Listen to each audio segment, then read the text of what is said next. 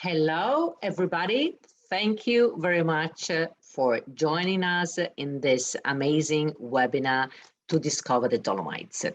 It will be lots of things to discover. We will give you plenty of information, travel tips and suggestion to enjoy this amazing region.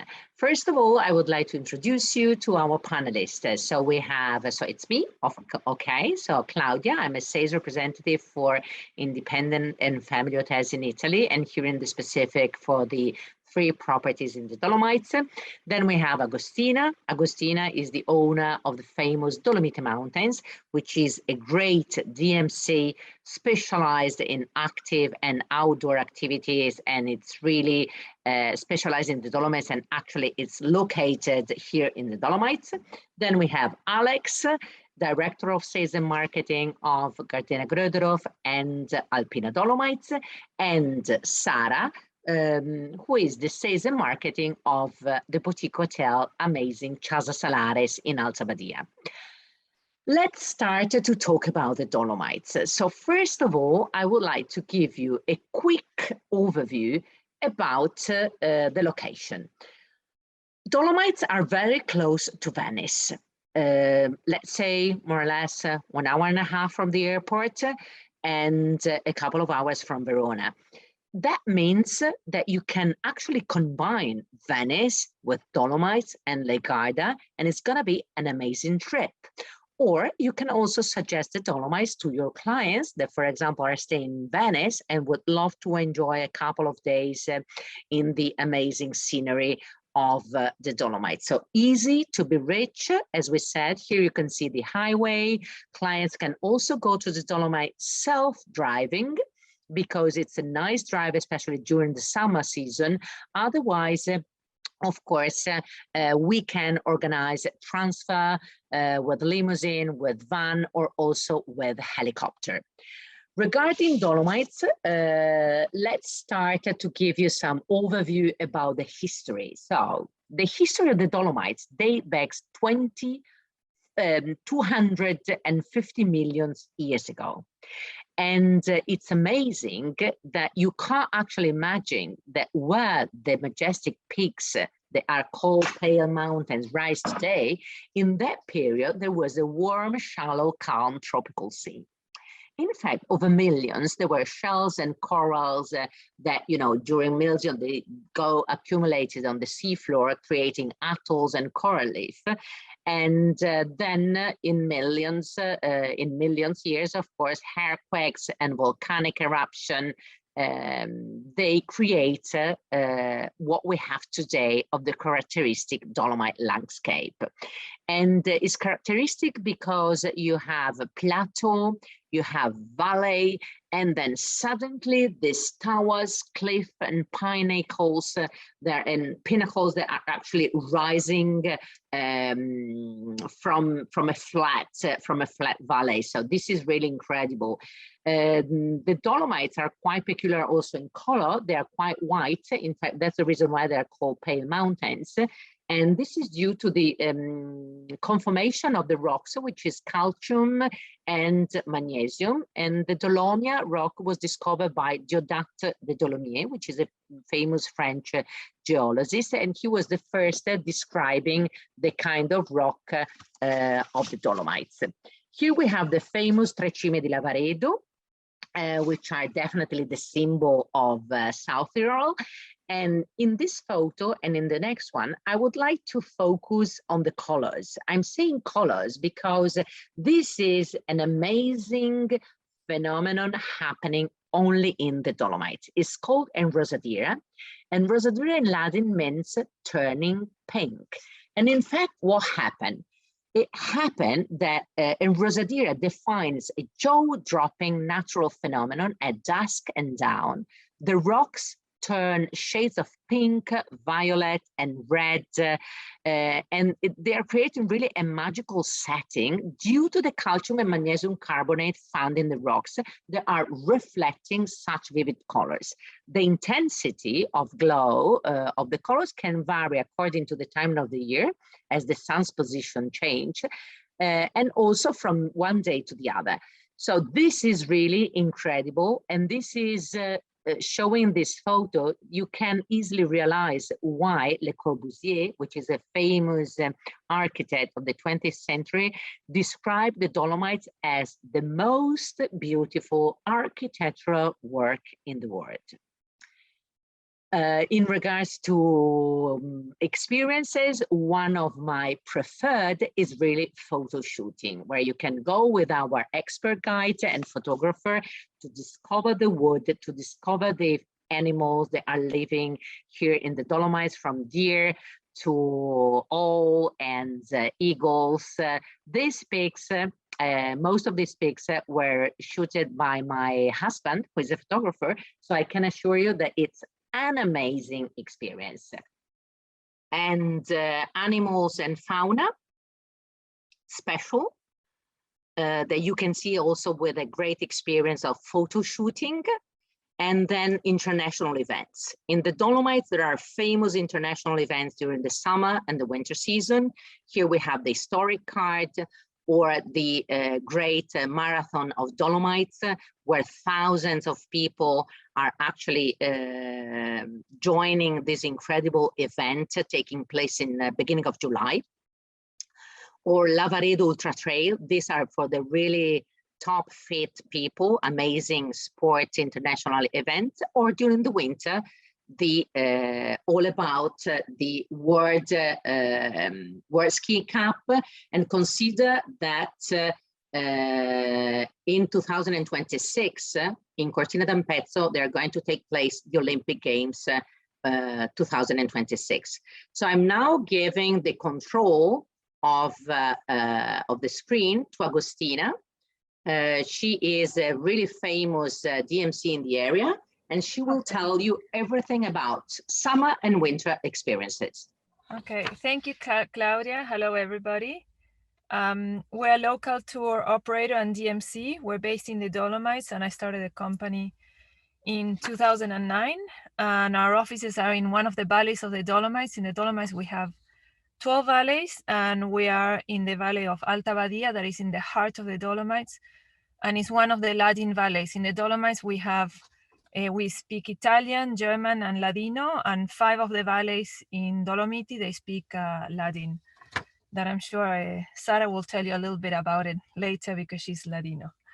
We work 100% with local people, the team in the office, mostly all of them are girls. And then I have the team of around 30 professional mountain guides, between ski guides, mountain guides, trekking and biking guides. So the idea for us when we started the company is to work as a big family throughout all the valleys in the Dolomites, and we managed to create that. And we work with the hotels, the local people, the guides, the transfers, everything is local. We just have an office, and then we all work together as a family. And I think that is really nice for the foreigners and the clients when they come to visit us in the Dolomites.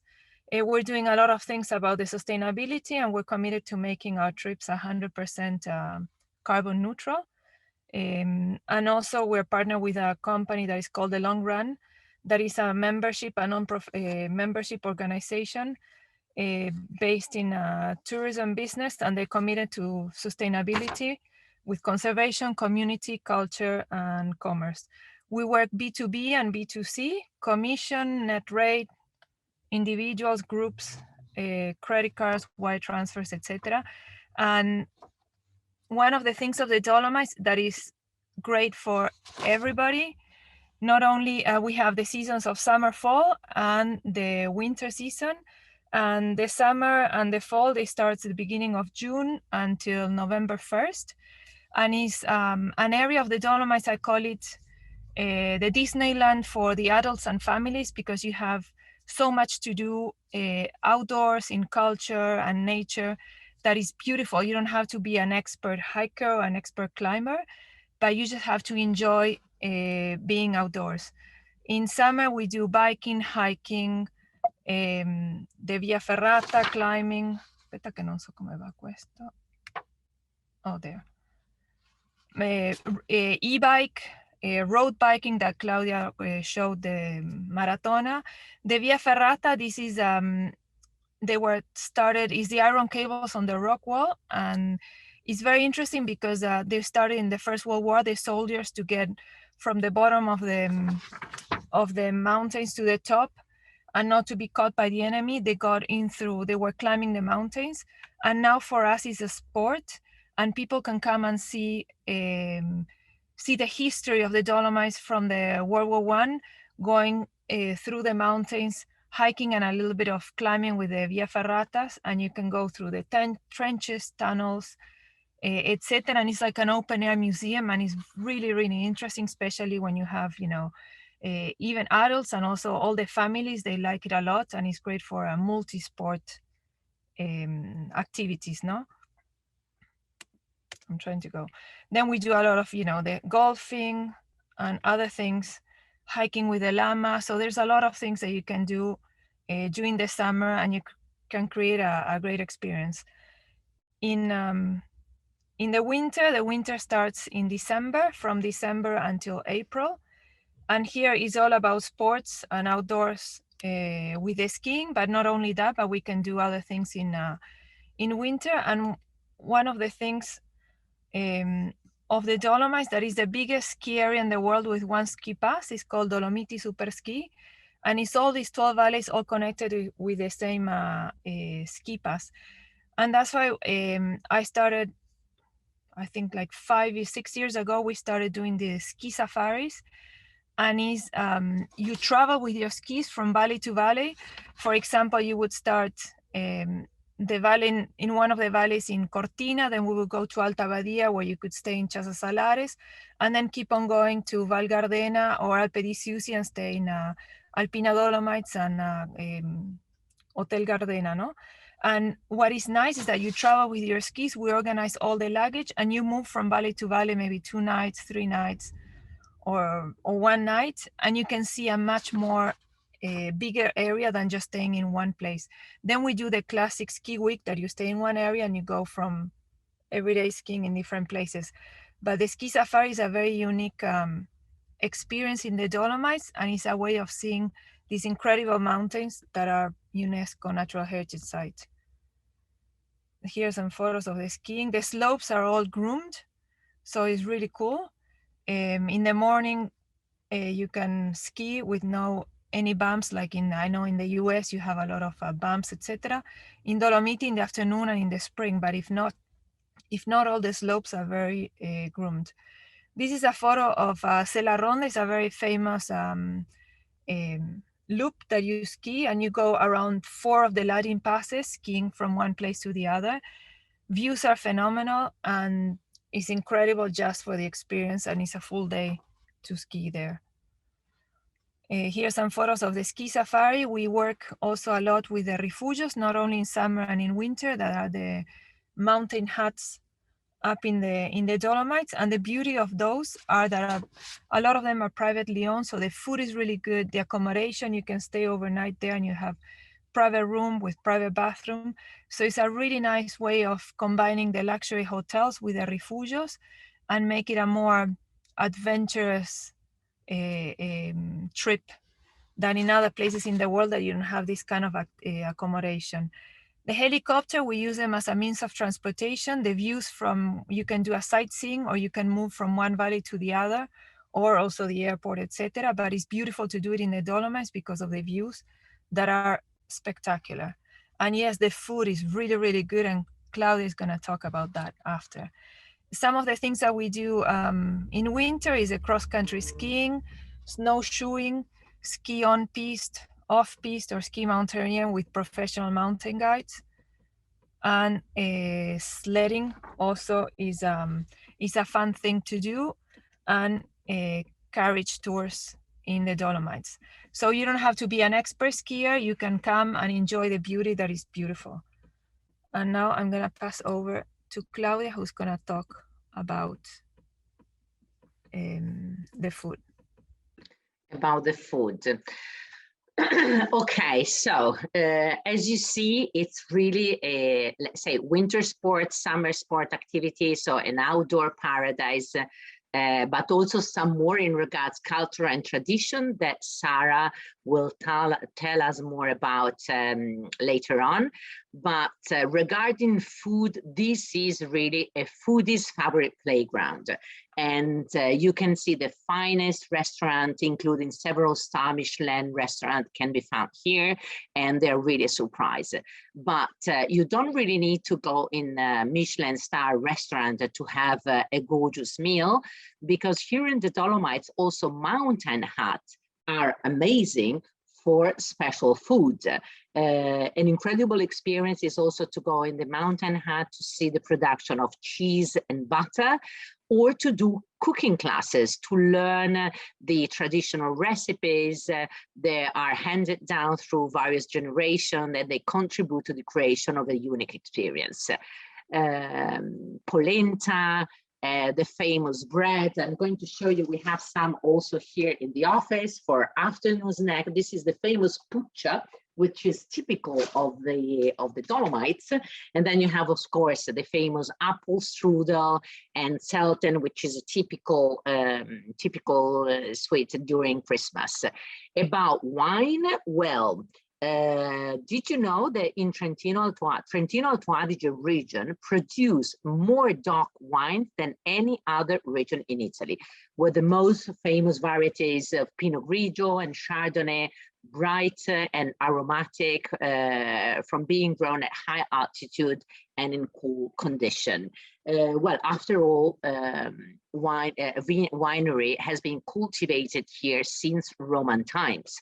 So it's really something that dates back years ago. So also for food and wine, Dolomites are a real surprise in every single restaurant, trattoria, mountain hut, hotels. There is a strong focus on food and wine. Grappa, of course, is something also quite typical in the mountain hut. And regarding tradition and folklore, I'm going to give the control to Sarah, who is going to tell us something more about the history in the Dolomites. Thank you, Claudia. I'm talking about tradition and, of course, culture. As Claudia and Agustina already said before, we have a really strong culture, which comes from the fact that before the First World War, we were part of the Austrian Empire, which means that our traditions are mixed. So we have some influences coming from the Austrian Empire, but after the First World War, we were moved in becoming an Italian state. So our traditions are completely mixed. So our culture grew in a different way than the Austrian one or the Italian one. So for example, regarding the dresses, when you look at them, you feel like they are not Italian because they look Austrian, but they are still different from the Austrian ones because, of course, we adapted them during the years. And that goes for dresses, music, but also food. So our dumplings or canederli are completely different from the ones you will eat in Austria or maybe in other parts of the South Tyrol. Regarding, of course, other traditions, for example, music or feast, you can find the dresses in our, maybe us wearing dresses at local events, for example, during the summer, or at work most of the time too, because we are so attached to our tradition that you can see people in the reception working with the dirndl, which is the female dress, or the, well, men usually wear the Schützendress, which is a company that was supposed to be protector of the valets a long time ago. So we kept that as a tradition, and you can see the difference between the the dress in the last picture and the female dress, of course. Every single band, every association in the valley, and there are many because the valleys are divided, as Agustina says. So we have different types of Latin valleys, have different costumes and also a different type of Latin. So you will see probably almost everywhere, also on the road signs, Italian language, German language, and Latin language. So we grew up having all of the traditions mixed up. I don't know if you see it, but the screen is a little bit slow. We also have like tradition and art craft, especially in Val Gardena. It is also like historic, so it was like a tradition between father and son, but nowadays you can find shops everywhere that have like woodwork souvenirs. What is great about this is that we were able to make this kind of tradition worldwide famous. For example, Alex the Aaron de Metz, so it's a really famous artist. He was one of the first woodworkers that were able to show his artworks at the Venice Biennale, which is huge for us because it was one of the first of artworks. Or, for example, Bruno Valpot, which I don't know if you saw the movie Pinocchio. So the Pinocchio made in wood before it turns into Roberto Benigni was made also from artists from Val Gardena. Regarding other traditions that you can see everywhere, every single day, for example, is the blue apron that farmers wear while they're working. If you see a farmer going around with a blue apron on, it means they're working. If not, then they're done with the job, they just take it off. And this is a really strong tradition, not just farmers nowadays wear it, but also people that maybe during the local feast are cooking, you can see them wearing them. But it was like, historically was only supposed to be farmers. Nowadays, almost everyone wears it while they're working. Let's go a bit on with the cities and villages. You can see probably that our towns and villages are, from an architectural point of view, completely different from every other Italian city. If you watch also already Cortina d'Ampezzo, and then you maybe go sightseeing in Bolzano or Brunico or Bressanone, the difference, like from an architectural point of view, or from, for example, how the city is built from the city center to the entire city around the center, is completely different. Because, of course, the South Tyrolean cities or villages have more of an Austrian tradition. Of course, the soul is always Italian. I mean, you have great food everywhere, shops, great aperitifs, but from another point of view, the architecture is not Italian. In the villages, of course, in the Latin villages, everything is different.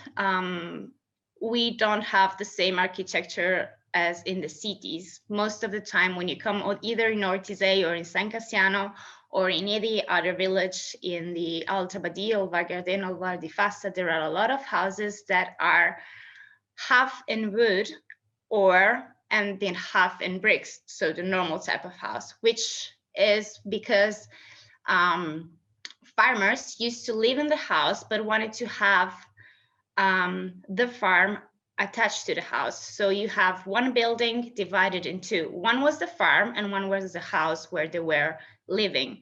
Nowadays, you can still see that, and they were called les villes. Nowadays, we still build houses the same way, but of course, you don't have like the farm and the animals nearby. But from an architectural point of view, we do still build les villes as a normal house. What you find also in villages, but also in the bigger city, are a lot of museums. So you will find letting museums in small villages. For example, the Bear Museum or Fossil Museum or the Letting Museum. But of course, you also find more modern museums. For example, the Lumen, which has also a really famous restaurant, which is the Alpine, that it's by Norbert Niederkofer, that has a 3 Michelin starred restaurant here in San Cassiano. Or for example, the Messner Museum. That's how much we are attached to our culture and our tradition, and how much we want to tell it to our guests. Of course, another really famous thing here in South Tyrol that comes from an Austrian tradition are the Christmas markets. You can find, like, the smaller the village, the smaller the Christmas market, but still a Christmas market, one every other village. So you can find one in San Cassiano, one in Convara, then others in Val Gardena, and of course you move to Brunico. The Christmas market is bigger than to Bolzano, which has the biggest one in South Tyrol. You can find probably a bit of everything. So starting from souvenirs, food arts, and of course, one of the most famous one, which is the mulled wine, that helps you protect yourself from the cold. Or also for non-alcohol drinkers, you have the warm apple juice. Usually Christmas markets start like mid-November, end of November, until like the first week of January. So it's usually around the 6th, 7th, or 8th of January. And this is supposed to be.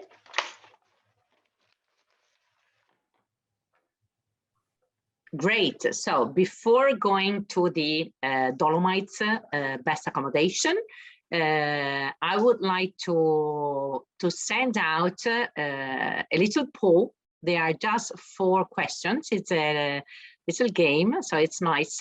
So if you want to go through this little question and answer, it's very easy and quick, and gives us, you know, the opportunity to have a chance to see how did you enjoy the webinar.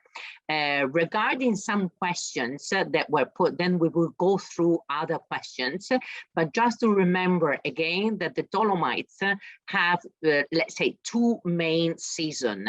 The winter season that goes from beginning of December until, let's say, end of March or Easter, depending when Easter is coming, and the summer season that starts beginning of June until end of October, beginning of November. So we received some question asking about May hiking. Yes, you can come hiking in May in the Dolomites, but definitely I wouldn't suggest this month. Is not the perfect period to come to the Dolomites. So I would suggest, you know, to come maybe in September and October if you have clients preferring the off-season period than May. May is really off-season in the Dolomites, and most of the hotels are closed in the area. This is the topic as well. So then we have okay, 31 or 47. Okay, some of the people, they answer our poll. So thank you very much. There we are. Okay, then something. Dove è finita? Okay, there we are. And now we will go through the hotel accommodation. So we have again Sarah. So go ahead, Sarah, with trousers. Okay, thank you, Claudia. Okay, perfect. So here we go. Casa Serrales is a small boutique hotel located near San Cassiano. So we are 3 kilometers outside of the village of San Cassiano. We are in the middle of nature. We are almost a ski in and ski out hotel, which means that we are only 100 meters from the first lift. You just need to cross the road and jump on your skis during the winter time. And for the summertime, we are one of the hotels that are the nearest to the entrance of the natural park of Fanes, which means that most of the hikes start directly from the hotel. We recently renovated. So we renovated last year the hotel. And we wanted to keep most of the original build from the first building, which was in 1962, but adding a bit of modernity to it. So we added a lot of sculptures by local artisans and also drawings from local artists. We redid, as you can see on the left side of the picture, our half-board restaurant and breakfast restaurant. So everything is brand new. And of course, we refurnished and renovated also some of the rooms. So standard rooms are completely renovated. The hotel has 47 rooms. We keep on refreshing them year after year. And we have standard rooms, superior rooms, junior suites, suites, and of course the biggest, which is the penthouse suite that is designed for 2 people only and has a jacuzzi on top of the terrace. From where I'm speaking now, the living area, and of course a king size bed with bathtub open space and also an infrared sauna. Our strongest point is still the food and beverage options. So as many of you know, as a culture, we are love a lot wine and food. So in our hotel, we have 4 different restaurants, but the most famous one nowadays is the Cocoon Cellar restaurant, which is our wine cellar. You dine surrounded by 26,000 bottles of wine for about 1,700, 1,800 labels. So we do a lot of wine tasting that you can pair with a cheese selection. And then you move to the table and have either cheese fondue or chinoise fondue or also an a la carte gourmet menu. This is more of an experimental restaurant. You have a whole journey starting from the wine tasting, then to the table for dinner. And after dinner, we bring our guests to the cheese room, which is also in the wine cellar, where we have 75 different types of cheeses. And you can have like small selections, for example, 3 or 4 type of cheeses, or also the biggest one, which is 12 type of different cheeses. After the cheese room, we bring our guests to my favorite room, which is the chocolate room. We have 120 different types of chocolate coming from all over the world that we selected. And of course, you want to have chocolate paired with something. So we actually have a hidden door in the chocolate room that looks like a shelf, but leads to the spirits room, where we have other 70 to 80 different types of spirits, especially whiskey and rum, and you can pair it with the chocolate, go back to the table, and enjoy the end of your night. Of course, this is a really dangerous restaurant. And this is why we also have a spa, because you need a bit of detox after a lot of hiking, a lot of walking, a lot of eating. So we have a swimming pool and also, of course, 3 cabin treatments, a hot tub, Swedish hot tub in the garden, an outdoor sauna, and of course, Finnish sauna, Turkish bath, and also a jacuzzi. So we have everything for your detox after you see our restaurants. And Alex, here you go. So, hi everyone. So first time I'm able to talk today. I'm presenting the Gardena Götzenhof, which was founded by my grandparents 98 years ago. It is a 5-star property located in Ortisei in Val Gardena, which is the first, so it's mainly the entrance to the Dolomites. We're on about 1,200 meters from sea level. So like you saw before, it's a Dolomites are a winter and a summer destination. So we as a hotel are located in a village, as I said already. So we are not ski in, ski out, but we do offer for our clients a private ski shuttle, which takes them to the ski slopes within town. They are located 200 meters from the hotel, so they're and 4 minutes by shuttle as well. So they're quite close and next by. The hotel,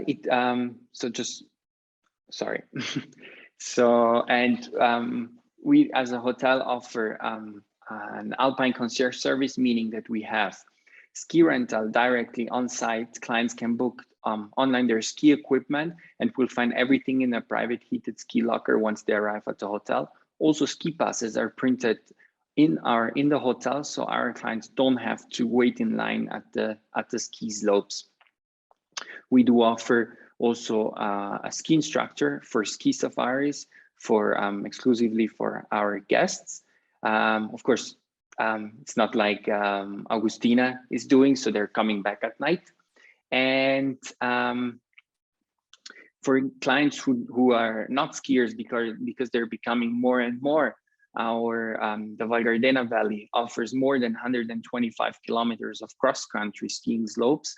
And we as a hotel also have our hotel own snowshoe hiking guide, and who is also doing winter excursions, and all the equipment can be rented directly on site. Summer, on the other hand, we do have 2 hikes. Two guides. Sorry, one is for hiking, and Luca instead is for mountain biking and e-mountain biking, which became very, very popular over the last years. From the interior, of course, the hotel, it's the tradition is very old, but we went through a lot of renovations over the last couple of years by renovating entrance, restaurants, rooms, and spa areas. We have a nice lounge and bar area, where we do also have a nice kids area, since we're family friendly. We have a kids area which is located in a separate room on 350 square meters on 2 floors. And it's not only for little kids, but we also have a large cinema, climbing walls, Formula 1 simulator, and different activities also for, let's say, teenagers and young adults. To the rooms, the hotel itself offers 54 rooms and suites in the main building, and then we're adding 10 more suites in a chalet, which is connected with a heated underground tunnel to the main building. Rooms in the main building go from 36 up to 75 square meters, and all, as you can see from the pictures, in a modern alpine design. Suites all have separate living and bedroom, and the 2 largest suites also have a private sauna in the bathroom. So we are part of Relais and Chateau since 2004. So for us, food and service is very important. So we have 2 restaurants in the Gardena. One is a Mediterranean restaurant where breakfast and dinner is served, and a Michelin-starred restaurant which is called Anna Stuben, where we have 7 tables, and this it has to be booked separately from the hotel. So it would not be included in the half board in case clients book half board. A nice wine cellar where we do tastings with our guests with one of our 3 sommeliers, and this can also be rented for private events in case from 4 to maximum 10 people, and has to be booked in advance. So as I said, just jump to this picture. As I said before, food service for us is very important, and spa. So for this reason, we renovated completely our spa area, and this whole building is our spa building, and is located on the opposite side of our private garden. It's on more than 1,500 square meters on 3 floors, where we have pool area on the 1st floor, and as you can see, it's everything made out of wood and stone. And as a little fun fact, if you dive with your head underwater, you can hear music inside the water. And something which I personally find very comfortable is that we have proper sofa beds here where our guests can relax on. We have 5 different saunas, and 2 of them are accessible only for women and are located in a ladies only area. 2 relaxing areas on 2 separate floors. So also if the hotel is fully occupied, our guests never have the feeling that there are a lot of people around you. So this is it for the Hotel Gardena.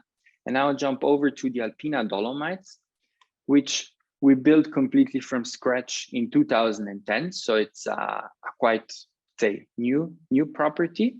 It's part of the leading hotels of the world since 2004, and it's also run by our family.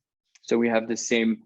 So both hotels have the same mentality, same philosophy, and way to service our clients. So the two properties are located. So air distance, it's just 4 kilometers from each other, but it takes you about half an hour to drive in between them by car, because you have to drive all around the mountain. So the Gardena is located in a village, in a town in Ortisei. So you have the advantage of having shops, restaurants, bars around. And on the other hand, the Alpina is located on top of the Alpe di Siusi, which is Europe's largest plateau, above 1,800 meters from sea level. And so it's so the 2 properties are really approaching different kind of guests. The Alpina was built with a sense of inspiration to the nature, because as you can see from the pictures, there are a lot of wood, and here you can see it better. Here on the right side, where you see the logo of the hotel, it's made out of stone outside. The hotel itself is built with 2 buildings. So the round here is the chalet, and we have 4 suites and our Alpina Chalet restaurant in it. And it's connected with an underground tunnel to the main building, to the hotel itself, where we have other 56 rooms and suites. A nice bar area for aperitifs and afternoon lounges. And something really special about this property is that all facilities, so meaning all rooms, bars, restaurants, pool, treatment rooms, are facing south, so to the sunny side, and you have a spectacular view of the mountains all around you all day. As I said before, the hotel has altogether 60 rooms and suites, Entry-level rooms start from 50 square meters, so they're quite large, and go up to the largest suite with 150 square meters. The Alpina has, as well as the Gardena, two different restaurants. One is the main restaurant in the main building with the Mediterranean and Italian cuisine, and the chalet restaurant, which is in the chalet where we have we open it only this summer, so summer 21, where we serve long cuts, gourmet pizzas, and Italian homemade pasta. So now we come to one of my favorite spots in the building, which is the terrace, because you have so really stunning views. You see, if there was not the mountain at the end, I could see Sarah from here. And you have a more than 180 degrees view. You see sunsets over Switzerland and Austria. So you can see really, really far from the Alpina. The Alpina as well has a nice, very nice spa area where we have indoor and outdoor pool area, heated, of course. And there are two completely, so you swim from inside to outside through this little door here. And there are two different pools with two different temperatures. And then, of course, as I said before, you have always the nice view of the Dolomites in the background. The spa area has four saunas and two relaxing areas. So this was it for our two properties. If you have any questions, Sarah, Claudia, Agustina, and I would be happy to. Yes, there are plenty of questions. Now, Christina, there she's working with me, will tell all the questions we receive. So Agustina or either Alex and Sarah, because there are lots of questions of different kinds, we can go through all the answers. Ciao, guys.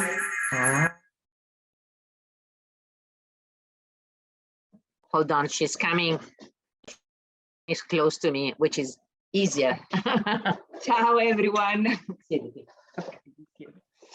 Ciao to everyone. We have quite a few questions. So the first one is from Sarita. She's not anymore with us, but she's asking if we have any itinerary for like 6-7 ski package with some costing. So yeah, we can probably through Claudia, we can send it we as DMC or the hotels, no? Yes, as mentioned, at the end, I will send you an emails with all the contact details of Agustina, of Sarah and Alex. So you are actually feel free to get in touch with them, to put all the questions, to do reservations. So you will receive all the contact details of the hotels and also Agustina. And also we are recording this webinar so everyone can receive a link, and also the presentation we will send you in PDF so everyone can have access to everything. And another question that we have if there is a big difference on accommodation rates depending on the valley and where the client chooses to stay, and what would be the most expensive and what would be the most moderate one. So about the hotels, which is the entry level price and which is the more expensive. This is to give they are asking quite probably to have an idea of rates in general. So Sarah and Alex, this is for you. So summer season entry level is about 250 euro per room on a B&B basis, up to 1,180 euro, the most expensive room. And well, winter time, the entry level is about 300, 350 up to 1,800. That always depends on the period. So Christmas and New Year's Eve are the most expensive ones, same as the half-term week. But then we have, of course, shoulder seasons and also low season. Okay, another questions? No, Alex, maybe would you go Alex. through? Yeah. So Gardena is somewhere going from about 300 to 350 euros per night in bed and breakfast in a room occupied with 2 people. And to the highest and the most expensive is about 1,800 euro a night in bed and breakfast. Winter instead, the entry level category goes from 500 euro up to the highest of about 2,500 euro a night. Alpina is a little bit more expensive, so I'm talking about average 100, 150 euro more per day. Okay, perfect. And we also have another question about Leonora have this question, and she's asking how to reach the Messner Museum and the Lumen. So I think Agustina, or Yeah, I can answer. The Lumen Museum and Messner, they're in the Plan de Corones area, is close from where Casa Salares is. It would be, I would say, 30-minute drive. Yeah, more or less. More or less. So it's possible to organize it with a private transfer. Also in winter, you can arrive skiing from Alta Badia. From where Alex and Pina Dolomites is very far away, and from Hotel Gardena, you could do like a transfer with the skis or with a helicopter, for example, to get to the Lumen. In winter is really cool, so you can combine, if you're staying in any of the hotels, depending where you can go either skiing all the way there, or if not, taking the helicopter as a means of transportation and then visiting the museum, have lunch, ski, etc., and then come back. So there's many ways of how to get there. Yeah. And it's Another quick answer for Agustina, because I know, Agustina, you have to go. It's from Australia. Georgina from Australia is saying that she has tour groups of 16, 18 people from Australia, active luxury photographers. Is it easy to travel through Dolomites with a tour bus? And for my individual clients traveling in the winter, do you have heli skiing as an option? With a group of 16, we can organize it. We work with, we can have many guides, and there's many ways of how to organize the trip. And also, if you have different levels, we can totally adapt it to the different levels of the client. So it's not a problem. We've done trips from 1 person to 150 people. So it's a question of having many guides and knowing the logistics and where to go with them, etc. Now with the activities and hotels and all that. Heli skiing in the Dolomites is a UNESCO Natural Heritage Site, so there's no heli skiing like in Canada or in the US, in North America and other places in Europe. The helicopter, we use it as a means of transportation. There is a couple of mountains in the Veneto region where you can do heli skiing, but it all depends on the snow conditions, and it can only be guided, and so we don't promote it so much. Once we have clients in the Dolomites and they're very good skiers, etc., and the conditions are good, then we offer them the heli skiing in that area. Alex, there are 2 questions for you. First question from Taila. What is the average age of the clientele in Alex Hotel? Do a family of 40s with kids would feel okay? And Absolutely. The other question is, if you stay in the Alpina, how far is town if someone is staying longer and want to try different restaurants? So first question, average age is in both properties, you can count about 52, 51. But in case of families, they're younger. And they would definitely feel comfortable. Both properties are family friendly. Both have a kids area, especially the one at the Gardena is really big, and they would absolutely feel comfortable. I have no doubt about it. Second question about the Alpina.